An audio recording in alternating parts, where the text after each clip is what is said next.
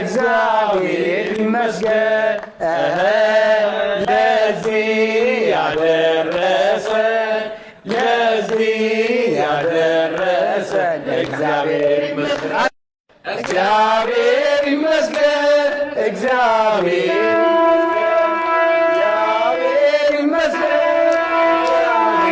ይመስገን ለዚህ ያደረሰን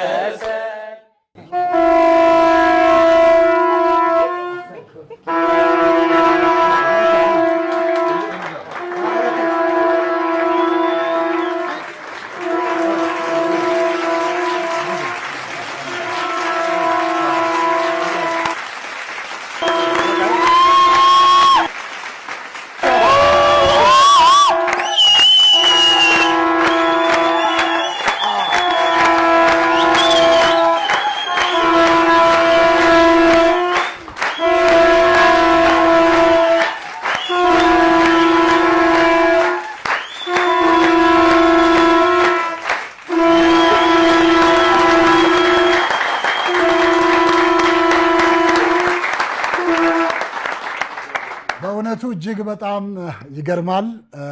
ሁላችሁም እንደተደሰታችሁ የኛም ደስታ እንደተጋባባችሁ እናምናለን።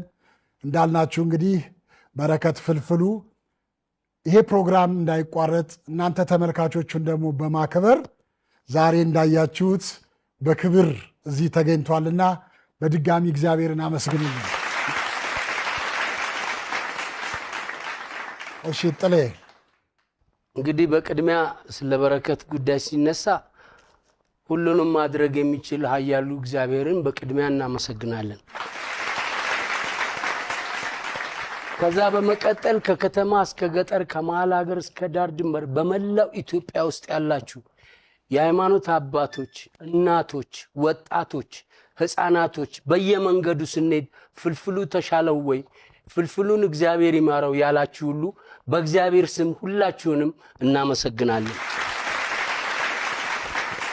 እንዲሁም በመላው ዓለም የምትገኙ ኢትዮጵያውያኖች ከተለያየ አገር ስልካችንን እያስፈለጋችሁ ደውላችሁ ለሕክምና ካስፈለገ እኛ ድረስ መምጣት ይችላል እያላችሁና ተሻለው ወይ እያላችሁ ከተለያየ አገር ከመላው ዓለም ስልክ እየደወላችሁ መልካም ምኞታችሁንና በጸሎት ያገዛችሁን ሁላችሁንም እግዚአብሔር ይስጥልን እንላለን።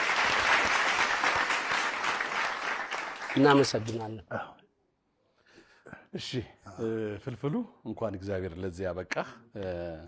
እኔ ማለት የምችለው ምንድነው የፈጠረን አምላክ ጌታችን መድኃኒታችን ኢየሱስ ክርስቶስ ደሙን ያፈሰሰልን አምላክ እመቤቴ ቅድስት ድንግል ማርያም እንኳን ዳብሰውህ ለዚህ በቃ እምነትህ እንኳን አዳነ እምነትን ያዳነ እምነትህ እንኳን አዳነ። ከዚህ በተረፈ ደግሞ ማመሰግነው አክሶን የሕክምና ማዕከል ያደረጉልን እንክብካቤ እዛም መተን አይተናል። አንተም በተናገርከው እነሱንም በጣም እናመሰግናለን። ሌላው የሚገርመኝ የኢትዮጵያ ሕዝብ ደግነት ነው።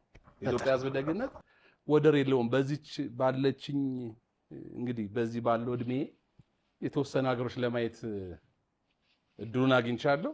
እንደ ኢትዮጵያ ሕዝብ አይነት ደግና የዋህ ሕዝብ የለም። እንደዚህ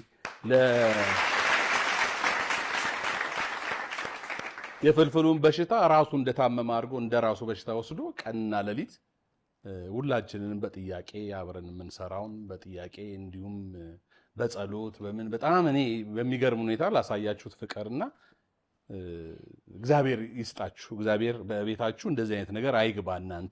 አንተንም ጨርሶ ይማርህ እና እሺ ክርስቶስ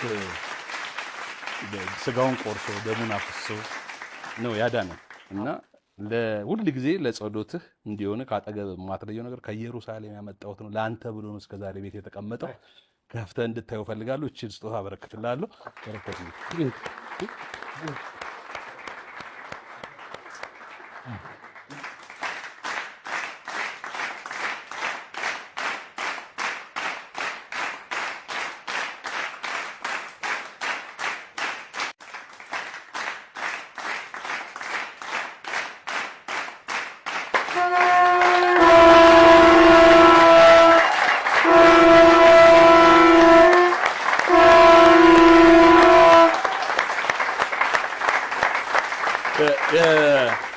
እናትና ልጅ አይለያዩም። የቁልፍ መያዣውም ደግሞ እመቤቴ ልጇን አቅፋ ነው። በቃ ከእጅ እንዳትለየው።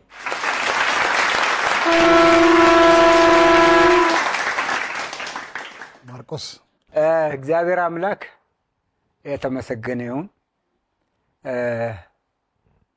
ከምንም በላይ በተለያዩ ቦታዎች የአቅማችንንና የኛ በተሰጠን ሙያ የምናገለግለው ጌታችን መድኃኒታችን ኢየሱስ ክርስቶስ አላሳፈረንም። አይዞህ በረከት በእግዚአብሔር እንኳን ለዚያ በቃ። አሜን አሜን። እግዚአብሔር የተመሰገነ ይሁን።